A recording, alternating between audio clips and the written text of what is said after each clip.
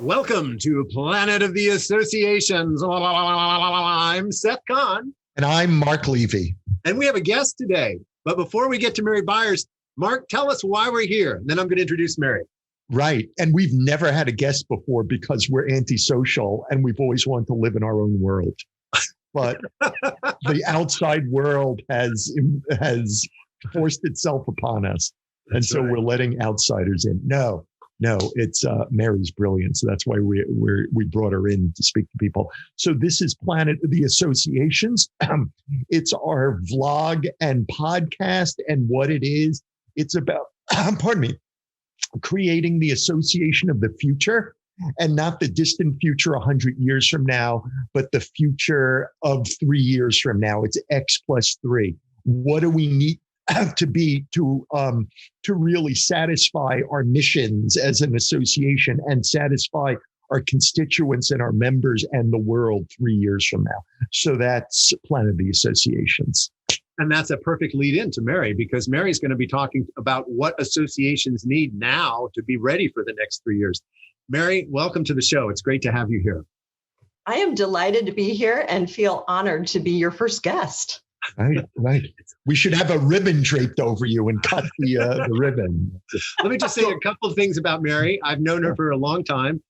Mary is a consultant in the association world like myself, and we have a great relationship. We've referred clients to each other. I have a lot of confidence in her. She's participated in some of the CEO-only events I do as the only other person in the room who is not a CEO, because she brings vast experience and insight. And plus, we just have good chemistry. So it's really good to have you here, Mary. Thank you so much. Yeah. So you, Mary, you have a new book. You've written several books, and you have a brand new edition of one of your top books, and it's Race for Relevance, right? So tell us what Race for Relevance is and why association C-level executives should listen to what you have to say about it. Race for Relevance is a post-pandemic playbook for association leaders, whether they are on the staff side or volunteer leadership side. It's really a compendium of questions, thoughts, challenges, and changes that associations should be thinking about. And I love your X plus 3, this whole 3-year conversation, because the actions that we take and the decisions that we make today will determine where we're going to be in 3 years. So I think these are critical conversations in critical times. Beautiful. So in this new edition, you say that, so there's 6 challenges. There's a lot of math in this. Get your protractors out. No, not really, but there are lists, right? There's frameworks. So there's 6 challenges that the world is undergoing that affect associations and everyone in the world. And there are also 5 strategies or ideas that you teach associations on how to deal with these changes in the world. So let's start with the challenges, what the entire world's undergoing. What is 1 or 2 of these challenges? What are 1 or 2 of these challenges that are affecting all of us that associations have to respond to in some way? Mark, these challenges were happening 10 years ago. They were happening 5 years ago, and many of them have been accelerated because of the pandemic. So I'll share a couple. One is generational differences in terms of how we access learning and information, how we like to network, how tech savvy we are. And it's not just associations that had to face this. Businesses have to look at who their target market is. And as members or their customers age out, they have to develop new strategies to remain relevant. Associations are similar. There's been market consolidation for many, especially trade associations. And as those markets shrink, that means there are fewer potential members, which means fewer resources for associations. So that raises a big question. And probably the third area that is affecting us all, and we've seen in huge ways over the last 15 months, and that's the whole digital first strategy. that associations and for-profit companies need to be embracing. And the reality is those associations that were ahead of the curve in creating a digital first environment had a much smoother transition to the last year than those who had not. So those are 3 of the 6 challenges. Oh, cool. Well, let me ask Seth. See, it's more like I'm interviewing Mary and Seth for these because they're the masters at this stuff. I'm just, so from what Mary said, do those, you also as an association expert, do those track with you? Like, is there anything? Yeah. Absolutely. In fact, when we look at the pandemic, I can pretty much cut my clients into 2 different groups in terms of those that made a seamless transition to working at home and virtual meetings. They were already there. They had all the technology in place. They'd been trying it out. People had been, not located in the office exclusively for a long time. And it was like people got the word to go home on Thursday and not come back on Monday. And they had all their equipment at home. The network was set up, all the passwords, everything was in place. And then there were the ones who were caught up short, who were really scrambling, who did not have the capability, who did not have file sharing systems, did not have the ability to just jump on Zoom because they knew it already. They had to figure it out. So I had very few that were like in the middle, right? I mean, I guess there's some that were kind of straddling the fence, but this was immediate. So that absolutely tracks, as well as the other points you made. I'd like to go back to the book 1 for just a second, because this I would call it an upgrade and an important upgrade. This is, in fact, a transformational upgrade with this new release. But book 1 was a runaway success. I mean, when it hit the streets, I even remember being at an ASAE conference when it came out, and there was a line to pick up this book, and people were talking about it. And then after that, for years, people were talking about implementing it, passing it around their board. And then the Road to Relevance came out as a follow-up. There's so much activity. So I would like to know, Mary, what did you learn since the first book was published? What were some of your important learnings after the book came out?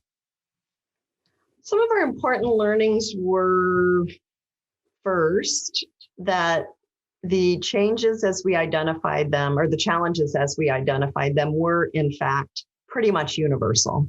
And I think that was, we were seeing it and hearing it in strategic planning retreats that we facilitated. But, we had a identified universe of clients that we were working with. But we heard from many, yes, this absolutely tracks with what we're seeing. We got a lot of emails from people who said, have you been in our board meetings lately? Because these are the exact things that we're talking about. So we learned that what was resonating with our clients resonated with the association community as a whole. I think another valuable learning, quite honestly, is that there is a feeling for association leaders that they need to protect the history of the association and protect resources and protect the culture. And I think one of the things that has to happen in order for us to remain relevant as a community is we need to shift from protecting to being stewards. And being stewards means being willing to experiment, being willing to try new things, being willing to take risks where it's not comfortable. We need to be willing to dance with uncertainty. We need to be comfortable with ambiguity. But I can tell you that one of my learnings is that does not come easily for human beings. How does one go about being comfortable, being able to move within uncertainty? How do you go about, what's a tip? Small pilots, small experiments, iterative. So launching a program or a service and then getting feedback and recalibrating. I'm hearing a lot from the clients that I work with about human-centered design, jobs to be done by Clayton Christensen. In other words, I think we used to have a way of coming up with ideas, and then we would create them, and then we would launch them, and then we would move on to the next thing. I think what we're learning now is we need to go to the market, and we really need to be skilled listeners. We need to be talking to members. We need to be doing research on a regular basis and starting with needs and then designing around those. So I think it's actually a little bit of a flip from the way we used to do things to the way we perhaps could be or should be doing things. And Seth probably sees this too. When you look at the associations that are really thriving, as opposed to just surviving, they're approaching things differently. They are innovating regularly. They're setting aside funds for innovation. They're training people on how to be innovation. They have innovation leaders inside the associations. And those are new job skills and new job titles that have emerged. And again, the pandemic has accelerated our need for some of these things, but it's also provided a tailwind. You know, when I look at the associations that are really out front and leading, I see a really special relationship between the CEO and the board, right? And I see CEOs who are conscious of that, cultivating it intentionally. In your first book, you talked about governance. And, the governance models are often a target. We have this old antiquated system, or I know many associations that I work with that are still working with regional governance. They go back to the days when people would ride on horseback to a central location and then carry the message back to their constituents. And they're still in the same model that gave birth to, without taking advantage of some of the newer things that are out there, like technology, for example. Has your thinking on governance changed since your first edition? We've actually doubled down on the importance of competency-based boards so that it's not just anybody in the room. It's individuals in the room who have hard or soft skills that you need to have the difficult strategy conversations that need to be happening in boardrooms now. So I personally, I am not as prescriptive as I have been in the past. I absolutely believe that there are some more antiquated governance models that they don't have to be eliminated, but they can evolve in new ways, like a House of Delegates. When you have that many potential leaders in the room, you essentially have a focus group.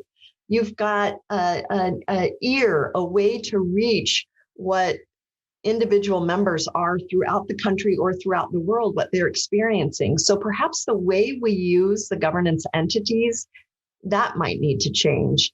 Sometimes they need to be eliminated because we've heard, and we have a chart in the book of organizations that have downsized or changed their governance structures, and it has enabled them to move more quickly,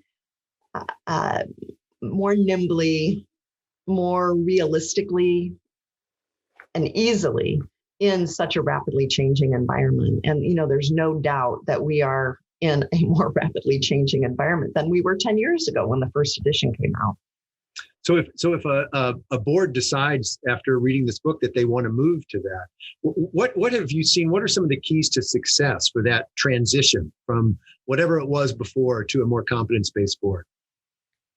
As far as the competency piece, you need to take the time to identify what your challenges are.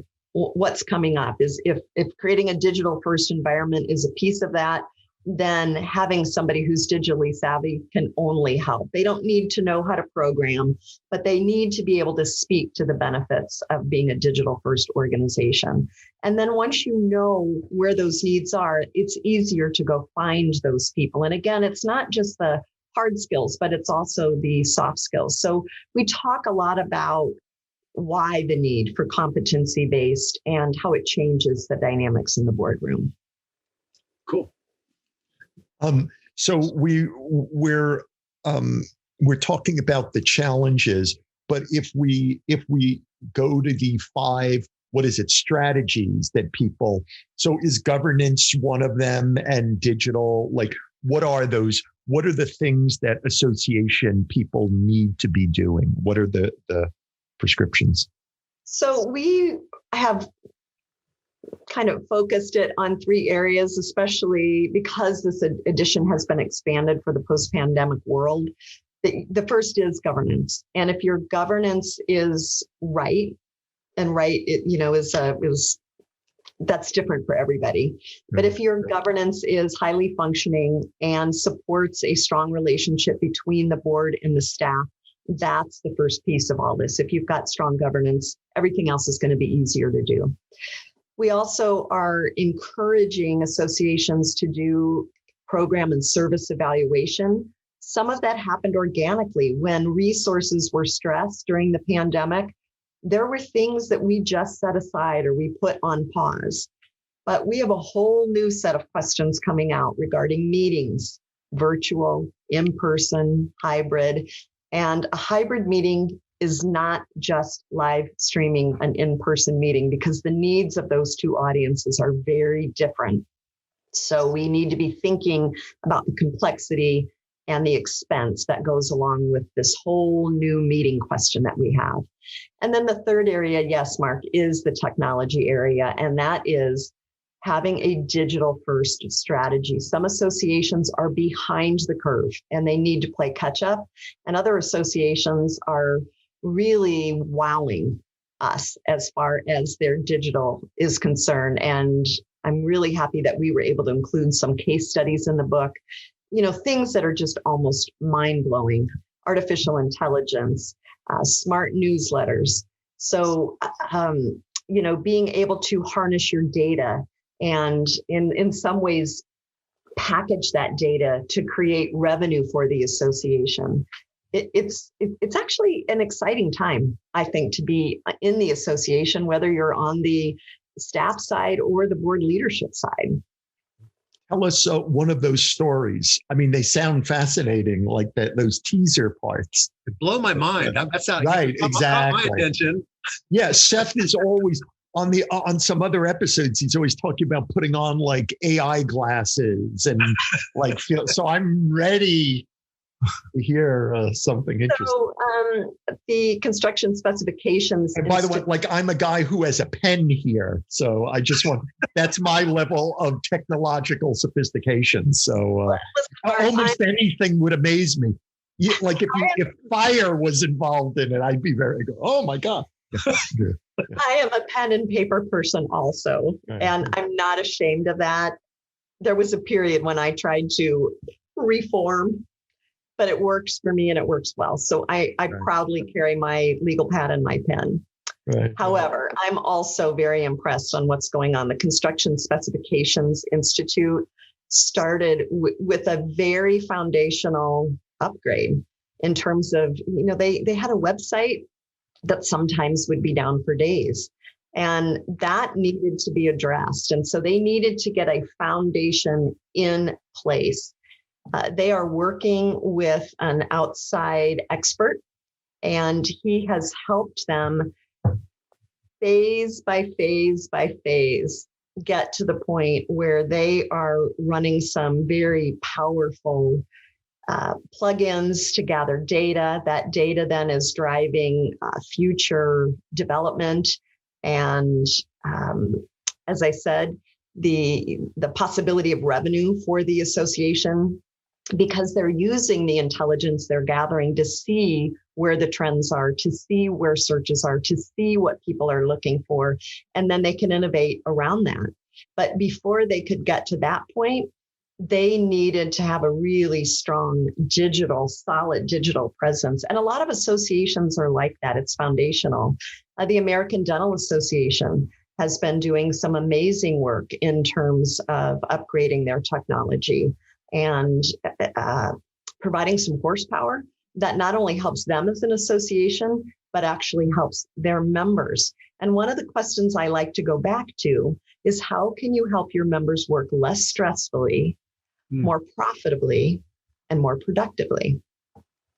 And when an association is providing those benefits for members, they become a must-have membership, not just a nice-to-have membership. And Mark, you and I are both members of the National Speakers Association, and we're seeing them go through a transition where they are harnessing the power of technology, where they are looking at their value proposition, the return on investment that members get.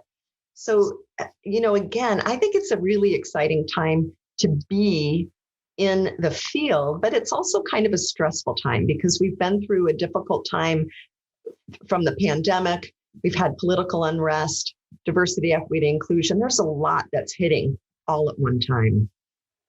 Well, with value propositions, what should an association, like how do they go about analyzing their value prop, and how do they go about tweaking it or even overhauling it entirely? Well, the interesting thing about value proposition is it shouldn't stay static. Janie Smith has a great little book whose name is escaping me right now. I think it's called Creating Strategic and Creating Competitive Advantage. I think. And yeah, thank you for being half my brain. It's a wonderful book. I love that book. Yeah. It is. And one of the points she makes is that competitive advantage changes as the market, or it should change as the market changes. So the first thing is go back and look at the benefits you were using 10 years ago or 5 years ago. And if you are still promoting the same benefits, your value proposition is stale. That's number one. Number two, your value proposition, you should be able to speak it in 2 sentences or less. And everybody should know it. Every board member, every staff member. Because usually when I ask a board member, why should I join the association? I get a list of all the things the association does and not a succinct statement that is, and think about the power. If everybody has that statement memorized and they're using it and reinforcing it, think about how powerful that is. And then the other thing that I would say, and this is something that the two of you do masterfully, and that is it has to be simple.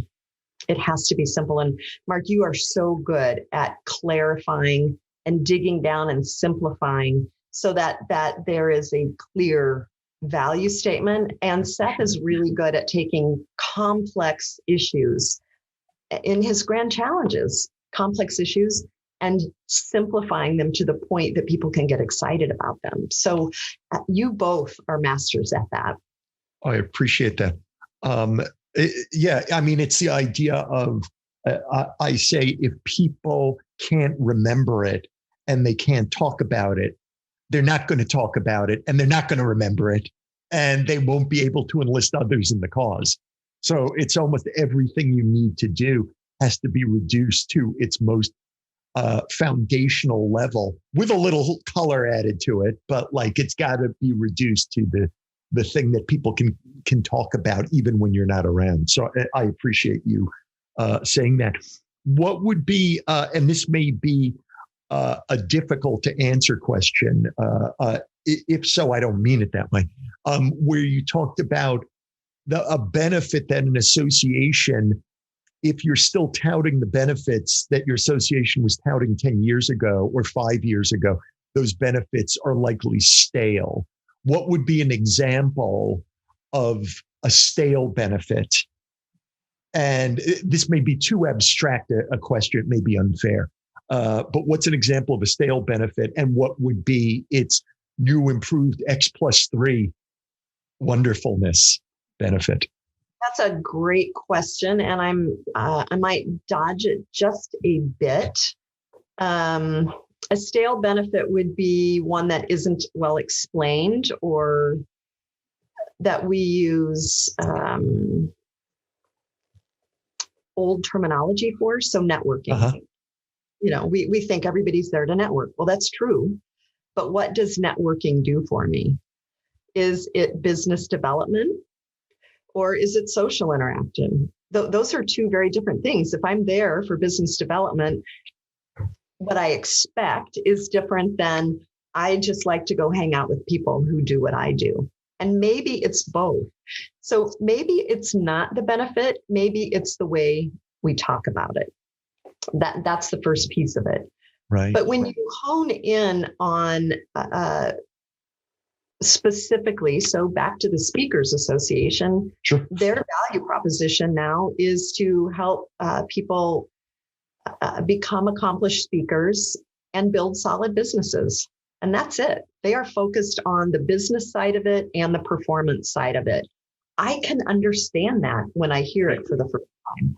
So I think that's different than an association that says, here are 100 benefits. And I've worked with clients, and I'm sure Seth has too, that on the website, they just have lists and lists and lists, and they're hoping that something will resonate. It's like throwing spaghetti at the wall and hoping that it resonates. We know from the Pareto principle, the 80-20 rule, that 80% of member value comes from 20% of your programs and services. We need to know what that 20% is. And that's what we should be leading with to create a strong value proposition.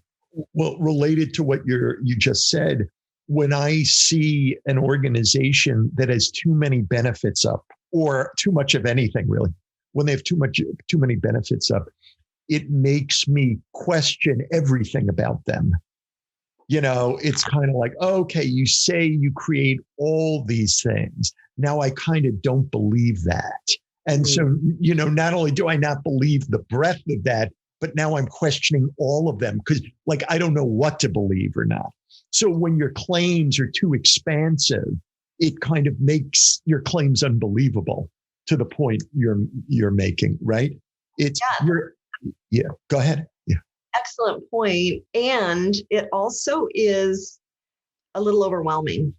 And we are so busy today. If there is so much for me to take in, I'm going to set it aside until I have time. Right. But that's also one of the challenges, Mark. That's one of the challenges we led with in the book. And that is the time famine that we're all experiencing, that things are happening faster. We have more demands on our time. This is accelerated with the pandemic too, as we are now working home and everything is blurring together. So if I am short on time and you're going to make me work to figure out what your benefits are, or even, for the associations that have tiered membership models, don't have too many tiers, because then I have to work to figure out which tier fits me. Some associations that are using the tiered models actually will say most of our members are in this tier. And they do it so that I can go, if that's working for everybody else, that's where I'm going to go, because I don't want to have to work. Right. What would you say from the second edition of Race for Relevance? What would you say the biggest takeaway is for association executives? It can no longer be business as usual. The pandemic has forced us into business as unusual. Gotcha. So all those leaders who want to, I can't wait until we're back to where we were. They're out of luck. Is that what you're saying? It's like we're in a different world now. Anytime that I hear the words go back, I gently try to coach and say, let's get rid of those two words together. Let's talk about a go forward strategy. We have been given a unique moment in time when the entire world has collectively experienced something simultaneously. Hopefully, that's not going to happen again for a very, very long time. We don't want to miss this opportunity to question, rethink, recalibrate whatever we need to do.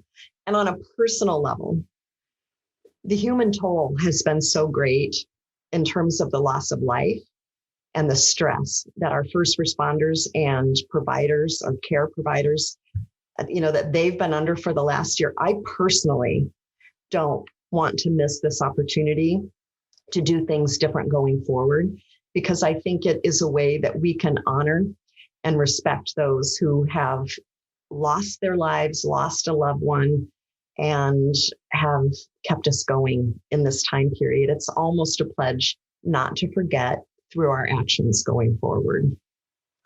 So I want to ask you one more question before we're done here today. Who are your favorite clients, Mary? When you land on the ground, where do you feel like, oh boy, this is going to be good. This is the perfect situation. I love clients that are willing to be open-minded, that are flexible, and that even if I know they may not be ready to make a change, they're willing to at least talk about it. So my favorite clients are people who are willing to have uncomfortable conversations, because often we plant seeds now that won't come to fruition or that won't grow for months, years to come. So I don't expect work to happen overnight or right away, but I love people who are willing to say, I'll think about it. Awesome. Well, thank you for joining us today. We've had a wonderful episode here. Mary, we appreciate your time. My pleasure, and thank you. I find the two of you to be very thought-provoking and on the leading edge, and I love the podcast, and I'm happy to have been here. Oh, thank you. We're like the Abbott and Costello of the association world. So thank you. And by the way, many people now wouldn't even know who I'm talking about, right? Abbott, what is that? Yeah. Anyway. Hey, Abbott! All right. So I'm Seth Kahn. And I'm Mark Levy. Thank you. And we'll see you next time.